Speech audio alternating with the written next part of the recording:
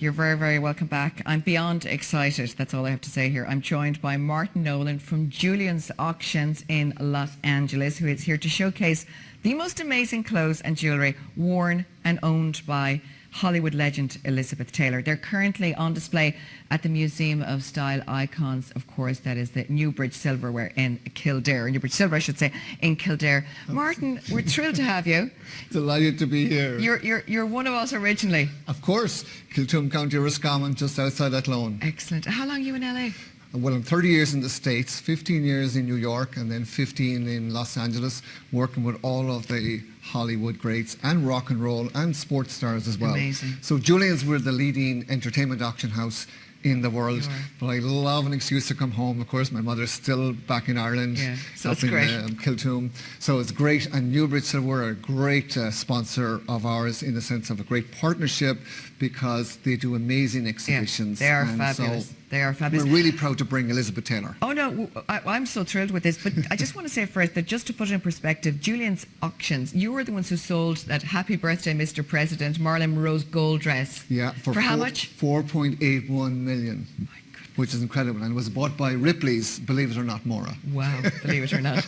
Anyway, let's start with this amazing outfit. This was worn by Elizabeth Taylor in her last movie. Yeah, 2001, These Old Broads. It was a TV movie, her last movie, and just a fantastic outfit. It really speaks to Elizabeth Taylor. She loved lavender. This was her favourite colour of all time because of her violet eyes. She was a beautiful, stunning lady, fantastic actress. And she starred in this movie, of course, with Shirley MacLaine, with Joan Collins, who I know, who we've worked with, and also with Debbie Reynolds, who I met many, many times. So this is a really iconic piece. And, you know, sadly, it was the last movie Elizabeth Taylor performed in, but really fun one as well. Who made this?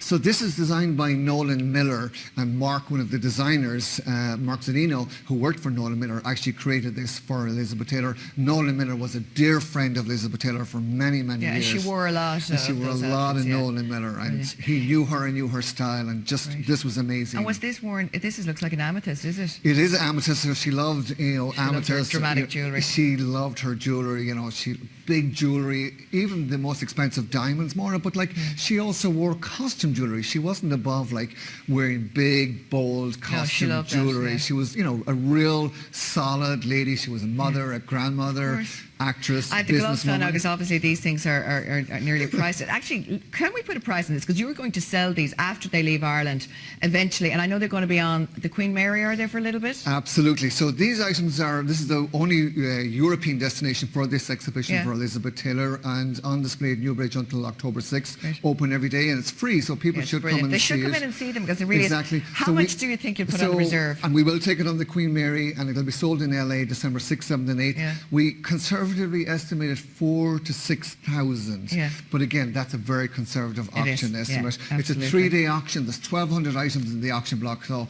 it's going to be one for the record books. I reckon it's going to be a lot more than that. This is a Valentino outfit that she wore launching White Diamonds, one of her perfumes. White Diamonds, and she was, of course, the first celebrity to actually do a perfume line, White Diamonds. 1992, she wore this in Pittsburgh, Pennsylvania. And Maura, I don't know whether you've had a chance, but with all thy faults, I love thee still.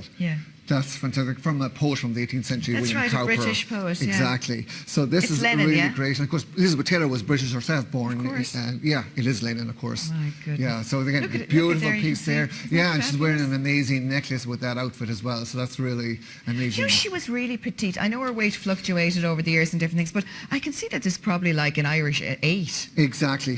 I mean, she loved her food, and she wasn't focused on her weight at all, and she wore caftans and, you know, everything. But like, for glamorous events like this is amazing. And was, of course, it really speaks to the fact that she was an amazing businesswoman, a great actress. She was a businesswoman, and also she was a great humanitarian and philanthropist. I mean, she did great work for AIDS. She founded the AmFARS and Elizabeth Taylor AIDS Foundation, which is still running and doing great work today. She would go at night time into Cedars-Sinai Hospital in Los Angeles anonymously and visit patients suffering from AIDS because there was such a stigma to it in the 80s. She was before her time, really. She really was. She was dear friends of Rock Hudson as well. Of course she was. I mean, Rock Hudson, you know, to be honest, nobody dealt or spoken about anyone being gay and all that. And of course, he had to hide all those years. Exactly. Such in a the famous mid-1980s. movie star. Look at this. This is divine.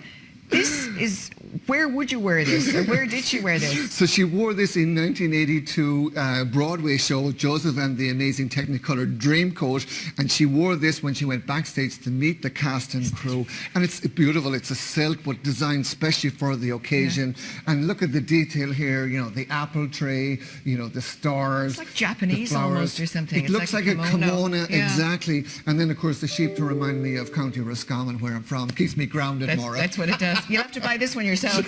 I wonder how much something like this would go for. That's the Valentino now, so it's a designer there. Exactly. And so 2 to 4,000. Yeah. Again. And this would be 1 to 2,000. Yeah. But you never know, you see. I mean, these days, it's hard to know. I mean, did you ever think that Marilyn Monroe dress would go for 4-point-something million? Actually, I believed it would sell for 5 million. 5 million? Yeah. It's really? so iconic. I suppose it's because so I know historic. when it came here and when it was... It was in Newbridge for a week, and we had thousands of people came to see it because, you know, Marilyn died in 62. She wore the dress really for like a 90-second performance in Madison Square Garden. But it's probably the most famous dress in the world. That and the one that blew up when she stood over the grid. 7-year itch, exactly. 7-year William itch. Trevilla designed that one. As Martin was saying there, Elizabeth Taylor, of course, wore some of the finest and most expensive jewellery in the world, and she loved her diamonds, but she loved costume jewellery. Can I take the gloves off now? You can, absolutely. Yeah, And yes, she loved big jewellery, and you can wear those bangles if you wish, but this is, of course, inspired by Cleopatra, Can I the take movie. One? Yeah, do. Do you mind? Not take one home, obviously, but just put one on. The value just went up now as you're wearing this. The really interesting thing Martin was telling me about, this is not a big famous designer. Tell us. Yeah, Avon. And it was Avon made in the 90s. Makeup. Exactly, and it was available for ladies to purchase this jewellery inspired by Cleopatra, of course, which is such a historic movie. Elizabeth Taylor was the first actor to earn $1 million for that movie because she didn't really want to do that movie. And she said, if you pay me $1 million. She owned it. Yeah. She was spectacular. $1 million, which is in the mid-1960s, that's a huge amount of money. That's unreal. And then she came to Ireland. You know, she lived in Ireland for a few months, staying at the Gresham Hotel. Yeah, when her husband was filming Richard Burton, of course, that famous love affair. But when she was doing Cleopatra, in England, she got sick because of the weather, the damp weather, so they moved the whole filming to Italy, and Richard Burton used to say the only Italian word that Elizabeth learned to speak was Bulgari, because she loved all the Bulgari. That's all you need to speak. That's the only Italian word you need, Bulgari. Exactly.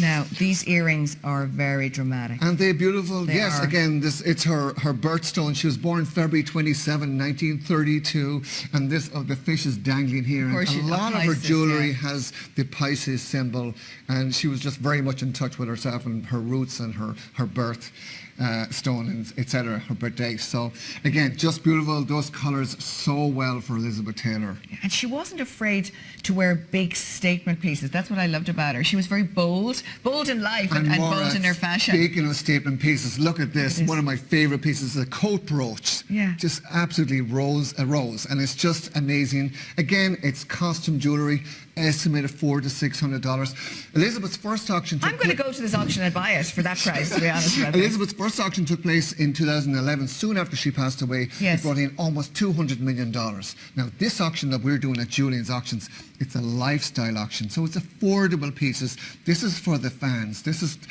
telling people who Elizabeth Taylor really was, because, you know, like, we have to remind people she was a fantastic, very famous movie star in the 50s, 60s, and then she went on to do philanthropic work, humanitarian work. Humanitarian, as you said, and all that. Yeah, she was just an amazing good woman all person. around. Yes. Well, listen here, as Martin said, you can still go to Newbridge Silverware and see all these amazing pieces for the next, how long? Until October 6th, and we're open every day, free to the public. There's a lot more of these items in Newbridge, and they also have part of Elizabeth Taylor items as part of their permanent collection there. Fabulous, so it's a really great opportunity. She's a style icon, so it's a perfect fit for Newbridge. Brilliant. Okay, go onto our Facebook page as well. We'll put all those details there. Martin, it's fabulous to have you. Really an honour. Thank you, and have a great weekend. Thank you so much. Thank you. Maura, with all thy faults, I love thy still. Is that it? Di, thank you so much. Just wanted to get into the mood of the Even whole thing. all my wins, you love me still. 5-star Maura, we're calling you. Come here, Maura. By the way, what would you get for €8,000, by the way, in that auction? We got lots of things, I think. Oh, no, we could maybe this. This, yeah, okay. And maybe, Well, I could even maybe get that kimono for 8,000. Actually, to make it easier for one person at home, we will give you one chance to win €8,000 in cash to celebrate our 8th successive season on air here on RT1 television. You can do whatever you want with all of that money as well. You can go to this auction, as Maura said, there's loads of stuff up for grabs. They're all tax-free, of course. You can grab a flight all the way to LA. Martin will bring you over. He'll show you around as well. We'll throw that into the deal. If you're doing nothing else, Martin.